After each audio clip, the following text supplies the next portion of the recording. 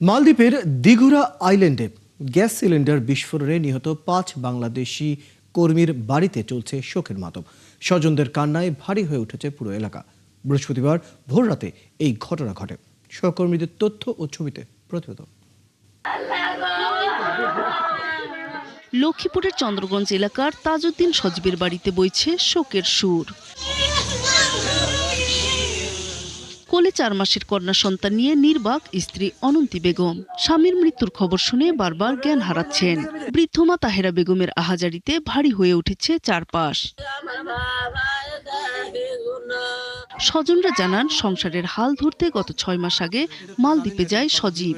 এমন মৃত্যুতে ভেঙে পড়েছে পুরো পরিবার। আমার ছেলে,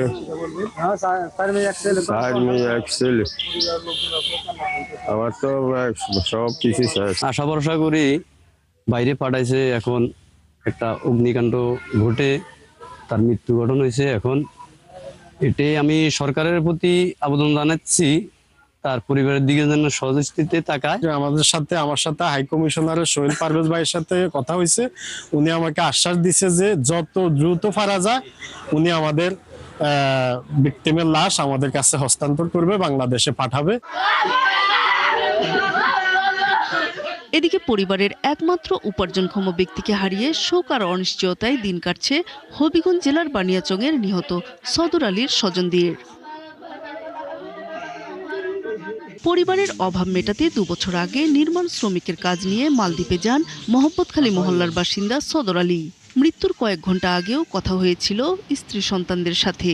আমার আব্বা বলছেন যে আমারে তোমরা ঈদের দিন ছবি তুললে চাইরো, আমি দেখতাম তোমার। একটা ছেলে 2টা মেয়ে, মোট 3 জন সন্তান ওনার আছে। ওই সন্তানদের ভবিষ্যৎ কামনায় উনি চিন্তাধারা করে বাহিরে গিয়েছিল। অনেক টাকা ঋণ হয়ে গেছে, প্রায় 10 থেকে 12 লক্ষ টাকার মতো। মৃতদেহ দ্রুত দেশে ফিরিয়ে আনা এবং ক্ষতিগ্রস্ত পরিবারটির পাশে দাঁড়াতে সরকারের প্রতি দাবি জানান এলাকার লোকজন। নূর তাজমিন নীর, 71।